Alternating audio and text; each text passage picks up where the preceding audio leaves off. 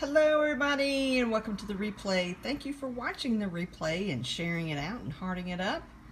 And if you're here live, hello! PeriGirls leadership team here to talk about Judy Blume and specifically her book, Are You There, God? It's Me, Margaret. And if you're here wondering what PeriGirls is, you can go to perigirls.com and sign up. It's for women by women, helping empower, inspire. Hello, Floor. Hello.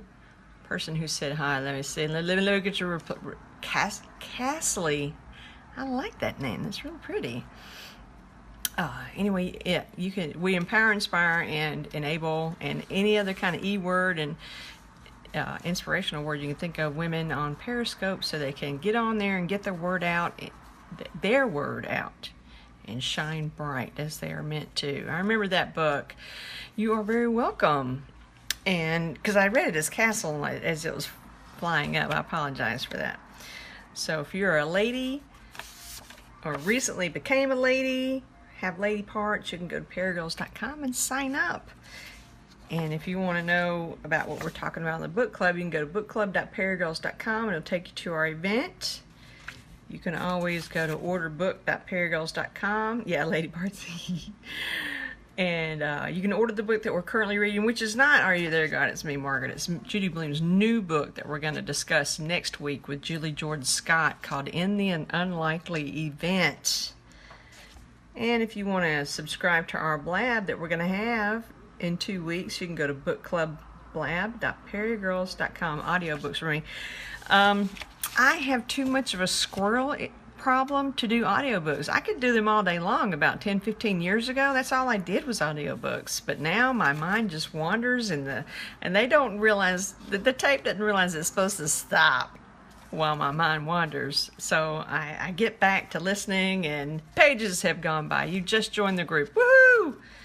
That's awesome. Welcome, welcome. Now,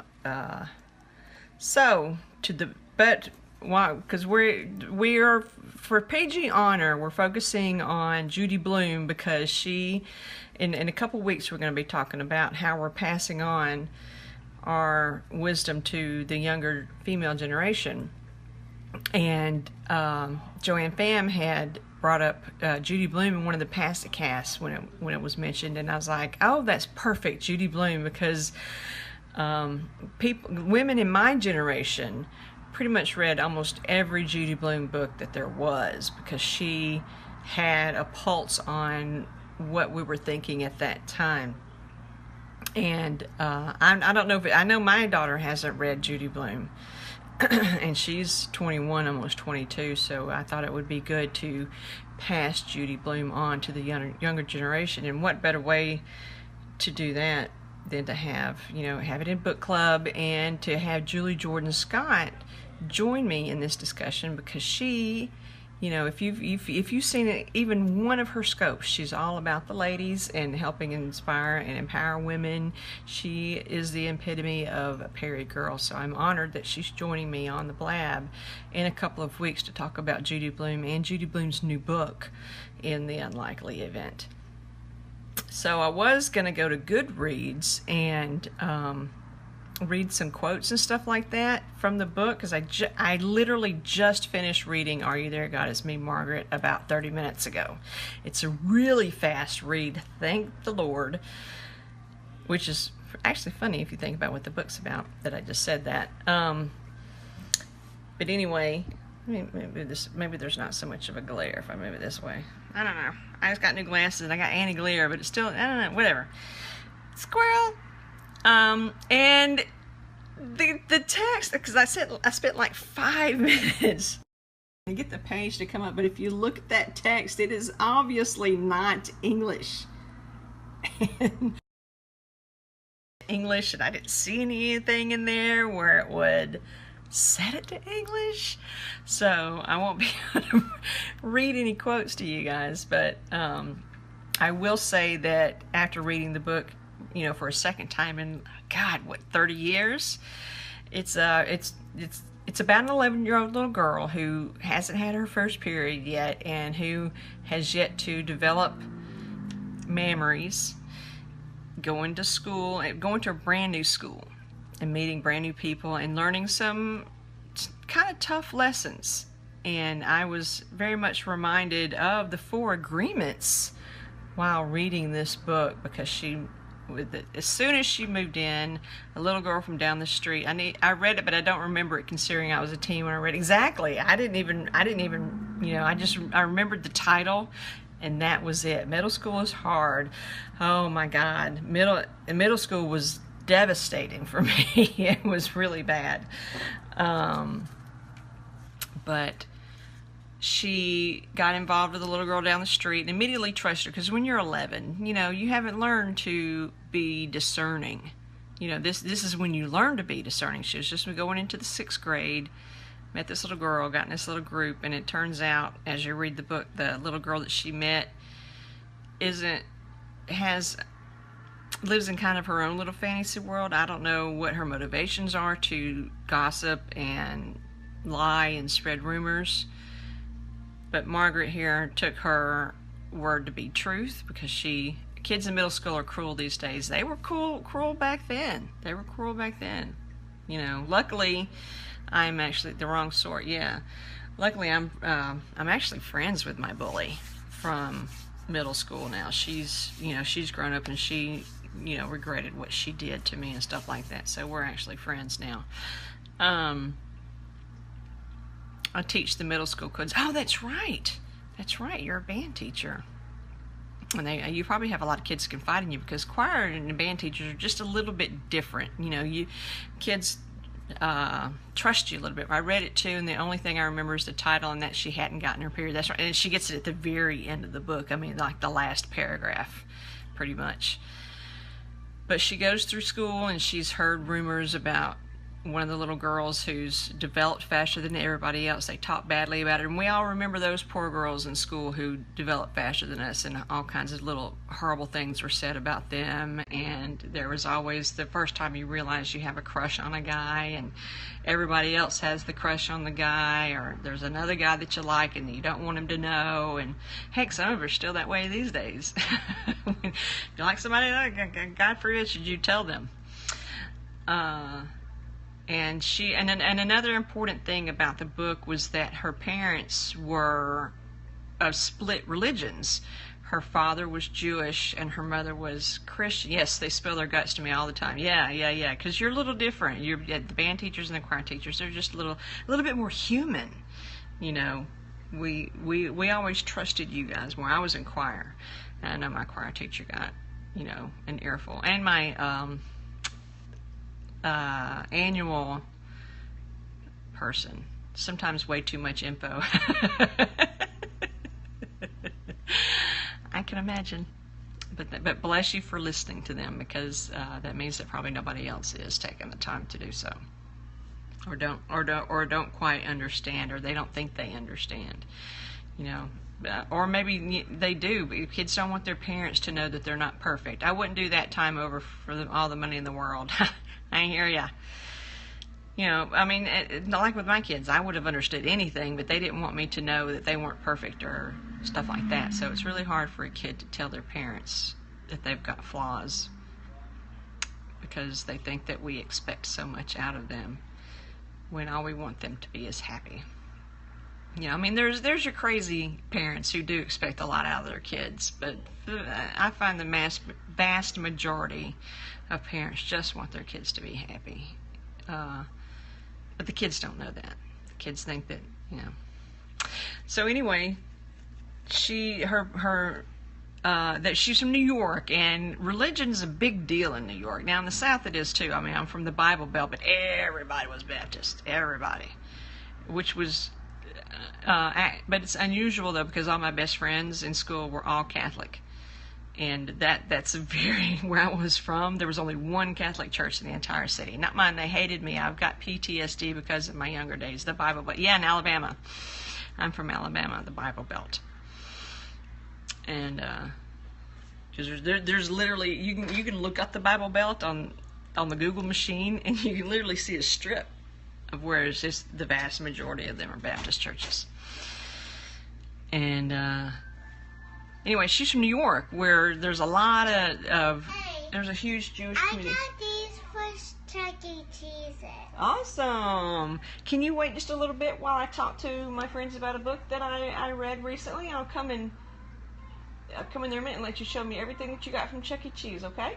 I don't have every day for Chuck E. Cheese. Well, that's okay, but just give me a few minutes, all right? Finish eating your dinner, okay? That's my grandbaby. I know. I'm a grandma. She calls me Granny because that's what I had a granny, and so I wanted to be Granny, and that makes me unique because there's not there hardly many grannies. There's mostly meemaws and stuff like that. So I'm a rare breed. Anyway, she's up there in the New York area where there's large Jewish communities and there's a lot of Catholic communities and nanas, yeah. And her parents fell in love and got married, and their parents disapproved greatly. And her mother, who was Christian, her parents were so upset that they disowned their daughter over marrying a Jewish boy. Now, her father's mother accepted it and just kept. I have a nephew, but he's in another state, unfortunately. Aww. But the parents decided to quit practicing religion altogether and raise their daughter Margaret without a religion. And the thing is, Margaret would spend a lot of time talking to God, hence the title of the book, Are You There, God? It's Me, Margaret. And she would talk to him about, wanting to increase her breast size, or about how she wanted to spend time with her grandmother, her paternal grandmother, and stuff like that. And at one point, though, she got so angry with the fight over religion in her house. She's like, I'm not going to talk to God anymore. This is ridiculous, blah, blah, blah. And so she's just, she's just trying to find herself. There's not really, you got to have conflict in every story. So I guess the conflict is her just trying to figure out how to get through middle school, because she finds out that there's some rumors that she was told about another girl that weren't true, but she learned that if you want to know the truth, you have to actually ask the person instead of making assumptions, and stuff like that. Can you hear she left the door open back there. She loves her cartoons. Everything is a crisis in middle school. Yes, yes, yes. So there you go. Are you there, God? It's me, Margaret. So if you know any teenage girls who haven't read Judy Blume, I highly suggest you hand her one of these books. You can start with Are You There, God? It's Me, Margaret. You can start with Super Fudge. You can start with Blubber, because actually the Fudge books were my favorite series, because it was a series, and I could, and Fudge was just crazy, crazy, crazy. You can hand it to your band students. You can suggest it to your band students, for at least the girls, because Fudge gives 0 F's, and I so wanted to be Fudge, because Fudge, people get weird when it comes to religion in high school. Oh my God, yeah. Well, see, Are You There, God? It's Me, Margaret isn't about religion at all, really. It's about her trying to figure out if she wants to be a religion. I mean, she's actually, by the end of the book, she decides, hey, T. Hello from Philly, Nova Gadsden. She decides that her parents should have exposed her to religion sooner, because she went to a Rosh Hashanah event at church. I'm sorry, I'm not Jewish. I'm actually no religion myself. And she went to some Christmas Eve services. She went to a Methodist church. She still hadn't decided by the end of the book what she wanted to do. She was like, I wish my parents had exposed me to this earlier, because this is just too hard right now. So I don't know. I mean, and there you go. But anyway, like I said, I loved Fudge. Fudge was my favorite character. Like, she really did give 0 F's. She wasn't afraid to ask anybody anything or take it for anybody. I wanted to be fudge, that's for sure. Do you think it's required to have a religion? Oh my goodness, no. No. It's not required at all, because I mean, I still haven't figured out. I'm agnostic, I guess is the best way to put it, because I believe there is a God. That God started all this stuff. I don't think this stuff happened by accident. I don't think the Big Bang just happened. I think there's some sort of intelligent design going on. I believe in evolution. I believe God started stuff, and the world evolved from there. I haven't exposed my daughter to religion, but her grandma has. Oh yeah, grandmas are great at that, aren't they? But there's just so many religions all over the world who have similar Jesus stories. I mean, even Star Wars, that's a Jesus story with Luke Skywalker, and the Matrix is a Jesus story. The one. So I don't believe that one religion is right and all the rest of them are wrong. When they all have the same kind of stories to tell, I think the stories are, we don't practice, but we believe too. Yeah, I believe the stories are geared towards the specific cultures that they were created in. However, God decided to touch that culture. I think this has turned into a religious discussion. I probably shouldn't do that on the PeriGirls channel. My grandma always told me that the God was in my heart, and she took me to different churches. See, there you go. There you go. It's Judy Blume book about religion. Not really. It's about how she talks to God, but she's not of a religion. It's more about middle school. It's more about figuring out that you can't believe everything that you're told. And just because a boy is hot doesn't mean that he's awesome. Because the cutest boy in school was a dick.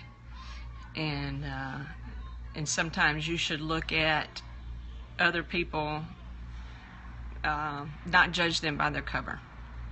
That there's more to them than what they look like. What's the next book we should read? Well, it's called, sounds like a good read for teens. Yeah, it's fantastic. Judy Blume is great. Is like I was saying, is great for teens to read, especially teen girls, because they're geared towards girls, and this is for PG honor. Well, the next book we're going to talk about is also by Judy Blume. It's her new book called In the Unlikely Event, and it's actually not for teens. It's an adult book. It's a brand new book, and I have not read it yet. I'm going to start reading it after this, so we can talk about it in book club in 2 weeks. So, like I said, you can subscribe to the blab by going to bookclubblab.perigirls.com, and actually every time you subscribe, when you subscribe, you get an entry into the Archon Mount thing that we give away during Promote Your Scope. If you want to order the book, you can go to orderbook.perigirls.com. I believe there's audio versions available in there for you, Flora. And you can go to bookclub.perigirls.com, and that's the event where you can get the event details. I joined the book club. Well, it's just an event on our business page. So like I said, you just go to bookclub.perigirls.com, and it takes you straight to the event that we're going to have in 2 weeks with Julie Jordan Scott to talk about In the Unlikely Event. And I have a feeling that Julie in her I can't say the word. Magnificences? I can spell it. We'll probably talk about other Judy Blume books, because she actually advises in creative writing and is big in that area, and that's why I asked her to help me with this book club. So with that, I'm going to let you guys go, and I'll see you in a couple of weeks to talk about Judy Blume's new book. Thank you so much for the hearts. Thank you for joining me, and I will see you next time. And remember, be kind to each other.